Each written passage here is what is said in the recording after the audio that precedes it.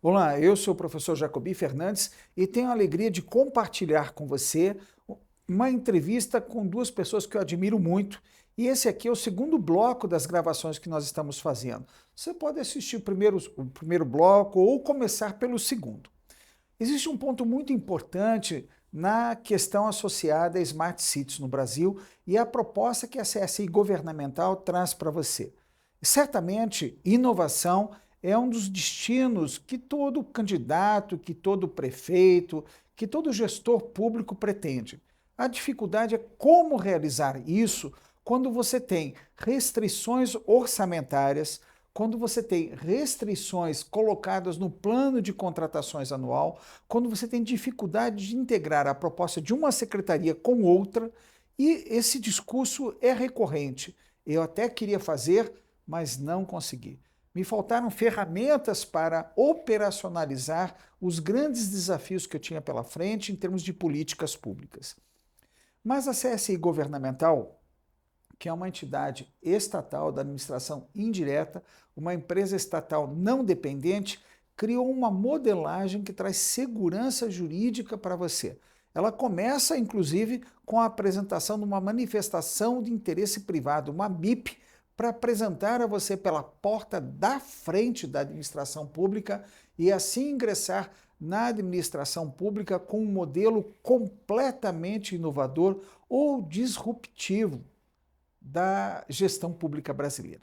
Eu vou aqui aproveitar para fazer uma pergunta ao meu amigo Renato Monteiro, trazendo para ele dois grandes desafios, né? Como tratar a questão de governança na educação? Como tratar a ideia de governança em termos de inovações da administração pública na área de saúde? O que a CSI pode oferecer para o gestor público vencer desafios dessa área, trazendo inovações que deem resultado efetivo a curto prazo?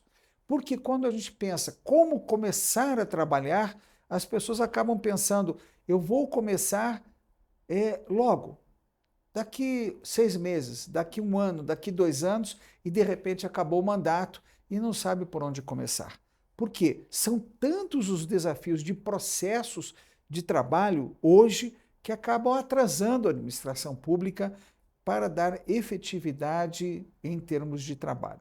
Renato Monteiro, o que nós podemos falar em termos de governança na área de educação? Quais são as inovações, né? O que eu posso inovar imediatamente, né? Como nós podemos trazer realidades novas ao processo, de tal modo que eu inicie esse trabalho de Smart Cities, de gestão governamental e tenha resultado imediato. E a que custo isso? Muito boa pergunta, professor Jacobi. Como nós falamos no bloco anterior, nós começamos o trabalho pelo processo de implementação da governança. Dentro do processo de governança, nós construímos um planejamento estratégico. É muito importante, dentro do planejamento estratégico, você incluir como objetivo estratégico fundamental da administração a área da saúde e da educação, principalmente. Até porque essa tem algumas verbas garantidas para essas atividades. Colocado dentro do plano estratégico, o que eu vou fazer é desdobrar as ações. E aí a CSI começou a trabalhar como fazer saúde, como fazer educação de forma diferente, disruptiva, com resultados melhores e mais econômicos. E aí a gente colocamos dentro do mapa estratégico objetivos estratégicos na área da educação e na área da saúde. E esses objetivos se dão principalmente através da educação, como, por exemplo, a educação bilíngue, é uma das ferramentas que a gente trabalha na governança em educação. A governança de dados na educação, pasme, é um fator de prejuízo para os municípios. Nós não temos o manuseio dos dados corretamente na educação. A gente imagina que só oferecer educação é o correto, mas a gente tem que começar antes. Eu tenho que tratar os dados das minhas necessidades para eu poder direcionar a força do poder público em locais estratégicos. E hoje, e aí, como eu falei, educação bilíngue, como todos nós sabemos hoje, o mundo é globalizado. E falar uma segunda língua para todas as esferas da sociedade é muito importante. E a gente há de convir que a sociedade pobre, mais humilde, do interior do Brasil, das cidades pequenas, não tem acesso a uma segunda língua. Então, a nossa proposta foi incluir dentro do mapa estratégico esse objetivo e desdobrar ações no sentido de entregar educação bilíngue integral. Não é um curso de inglês, é um as aulas sendo ministradas em 2 línguas, como nas melhores escolas do mundo. E nas escolas privadas mais caras do Brasil. Só ricos têm acesso. Muito ricos. E, diga-se de passagem, muito ricos. E aí a ideia foi... E o desafio, professor, foi como colocar isso num preço possível. Porque a gente sabe quanto o governo federal transfere, o governo estadual, e quanto a gente tem de receita nos pequenos municípios brasileiros. E um dos desafios foi colocar essa educação bilíngue dentro do preço possível. Porque querer eu quero, ser possível é outra questão. Né? Então, dentro do modelo de governança em educação, tem essa perspectiva de análise de dados para principalmente algumas atividades como a educação bilíngue, quando eu faço a inclusão da segunda língua no currículo escolar básico. Quando o aluno chega na 5ª série, automaticamente ele já vai ser fluente em 2 línguas. Isso parece uma utopia para o serviço público brasileiro, mas é possível. Outra seara, como o senhor falou, é a saúde. A governança em saúde, essa principalmente padece por dados errados e equivocados ou dados não colhidos. Os dados relevantes à saúde, concernentes à saúde pública, eles não são reais. O que você encontra em campo é uma coisa. O que você encontra nos dados públicos é completamente outra. Por isso que há tanto erro de inclusão e exclusão nos programas sociais do Brasil. Porque não tem segurança tecnológica nessas informações. Dentro dessa perspectiva, a gente trabalha dados em saúde e a gente aloca forças, e uma das forças que a gente percebeu necessária foi criar sistemas de atendimento de atividades essenciais, mas de médio e alto custo, ao acesso básico na saúde da família, no posto de saúde, antes dessa enfermidade virar uma gravidade para ir para a emergência. Trabalhar preventivamente e não reativamente. Então, o software que nós desenvolvemos, em harmonia com o serviço médico de geriatria, cardiologia, ginecologia, psiquiatria, psicologia, ortopedia, dentre outros, ele trabalha preventivamente.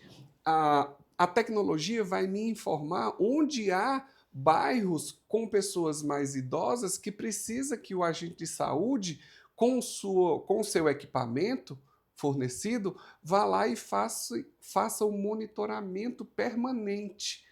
Eletros permanentes que eu perceba um desequilíbrio em alguma dessas áreas. E aí, preventivamente, eu acolho esse paciente em sede de programa de saúde da família.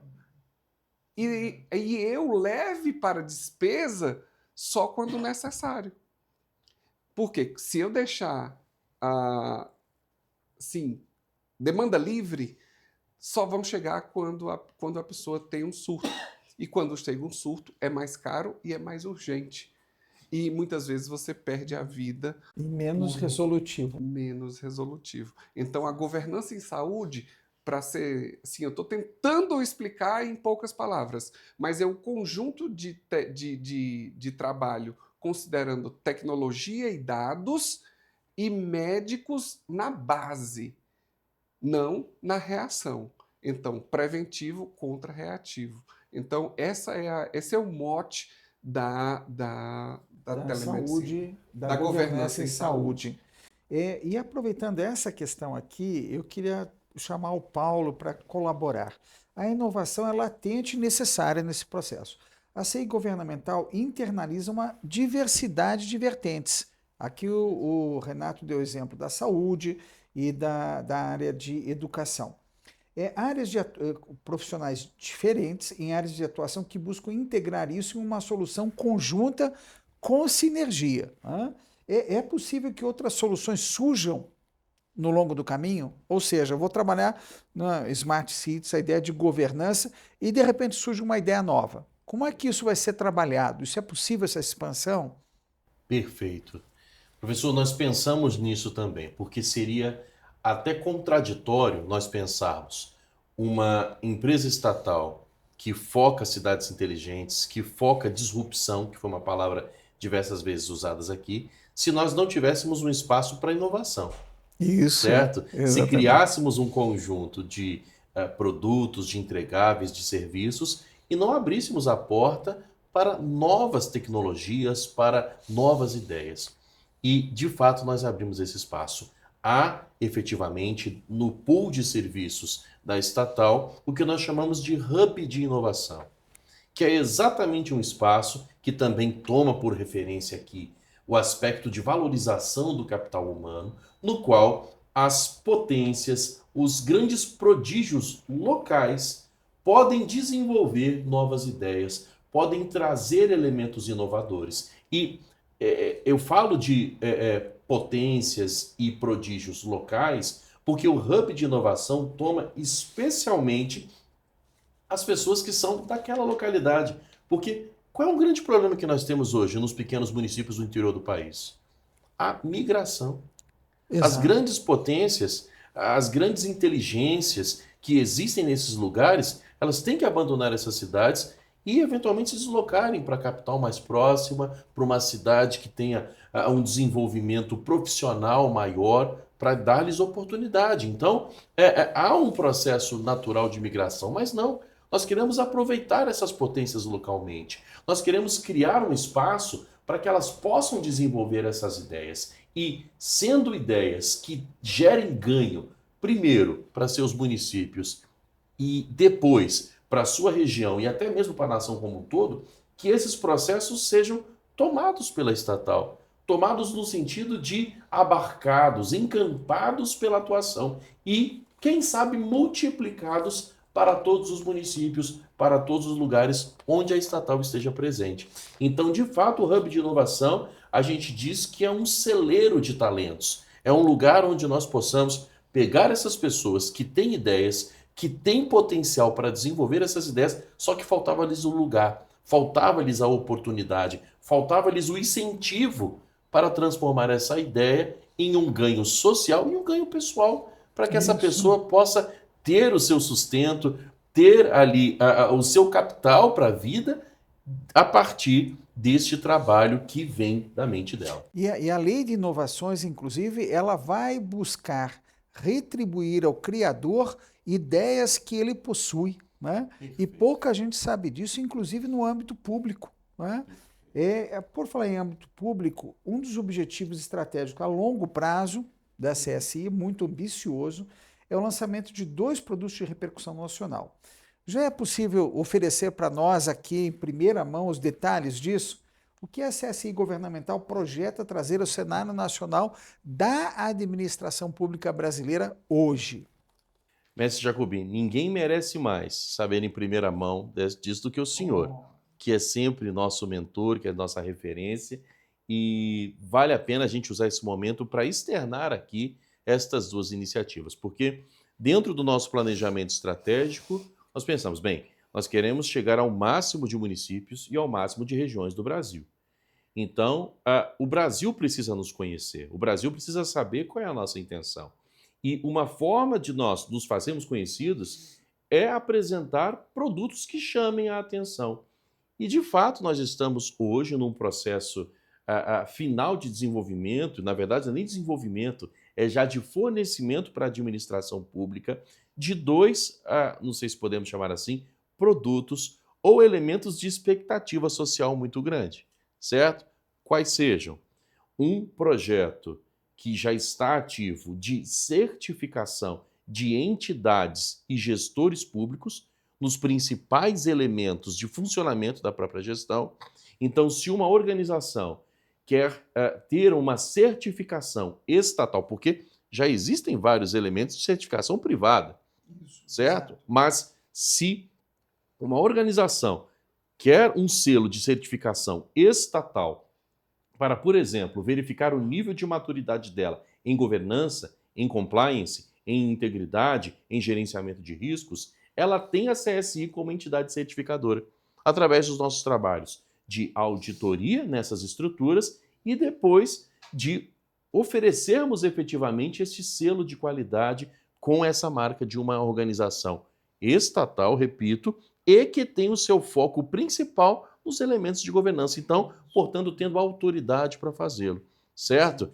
Dar essa certificação, e não apenas para entidades, também para servidores, oferecendo capacitações pontuais ou efetivamente trazendo elementos de certificação, porque existe a diferença entre a certificação e o certificado. Uma empresa de capacitação pode dar um certificado, mas apenas uma entidade certificadora pode dar uma certificação. E é isso que nós podemos oferecer neste grande produto, que é o nosso Programa Nacional de Certificação em Governança. E certo? o segundo produto? E o segundo produto, propositalmente posto aqui por último, é o lançamento do primeiro e completo Marketplace Público Brasileiro, que é uma grande expectativa nacional. Termos um equivalente, a gente brinca, à Amazon Pública, ao Mercado Livre Público, onde o gestor possa entrar num sítio eletrônico, escolher, clicando na imagem do bem que ele deseja adquirir para a sua administração, escolher, colocar no carrinho eletrônico e, mediante essa transação rápida, direta, célere, simplificada, adquirir para a sua administração. Desculpa, perdão.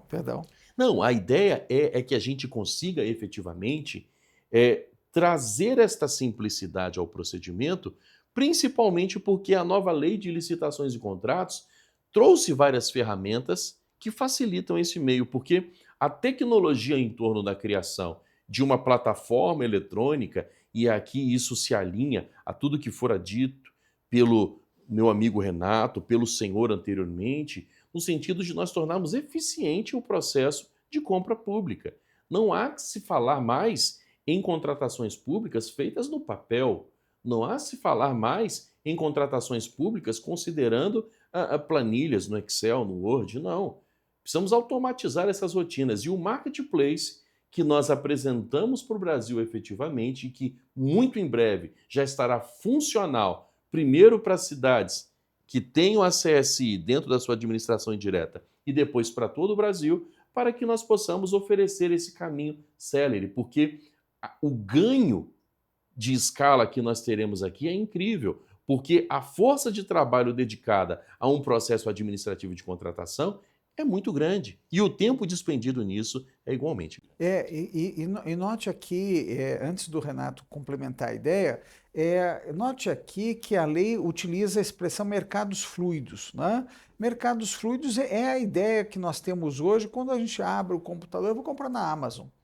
Isso é possível, isso parece uma ficção científica, né, para a administração pública, mas hoje a gente já tem as ferramentas da contratação direta pelo valor, que o governo obriga hoje a publicar o chamamento público para aquela contratação direta. A hora que nós tivermos credenciamento para mercados fluidos, a gente pode estar numa solução de ter compras rápidas. E o valor da contratação direta hoje ficou bastante elevado, 50, 100 mil reais por ramo de atividade, que dá para nós uma segurança muito melhor. Renato, como é que a gente pode complementar essa ideia do Paulo e da CSI? Eu sou entusiasta demais do Marketplace. Era um sonho também que isso vinha martelando na minha cabeça há muitos anos, na cabeça do Paulo, já com outros colegas também. E aí eu fui pela perspectiva do espírito da norma. Qual o objetivo finalístico de eu fazer uma licitação? O objetivo finalístico é encontrar a proposta mais vantajosa, por assim dizer, respeitando uma média de mercado. Tomando por base meramente esses dois parâmetros, bom, um marketplace, eu faço uma linha de corte, onde eu só aceito, dentro da minha plataforma, quem estiver abaixo da média de mercado, por exemplo, balizada pelo PNCP. E o processo de disputa, que no pregão teria uma data marcada, no marketplace eu disputo todo dia. Eu posso disputar 3 vezes por dia. Se eu ver o meu concorrente baixando o preço, eu vou lá e começo a baixar. Então, considerando o objetivo, o espírito da norma, que é encontrar a proposta mais vantajosa dentro de um preço de mercado, em que o marketplace não atende? Bom, eu estou atendendo a média de mercado a partir de um parâmetro público. Eu não aceito acima desse parâmetro, você nem entra para aparecer. E eu tenho um processo de disputa melhor do que o pregão. Que o pregão eu tinha um momento de disputa. Agora eu tenho disputa instantânea, todo o tempo. E eu inverto.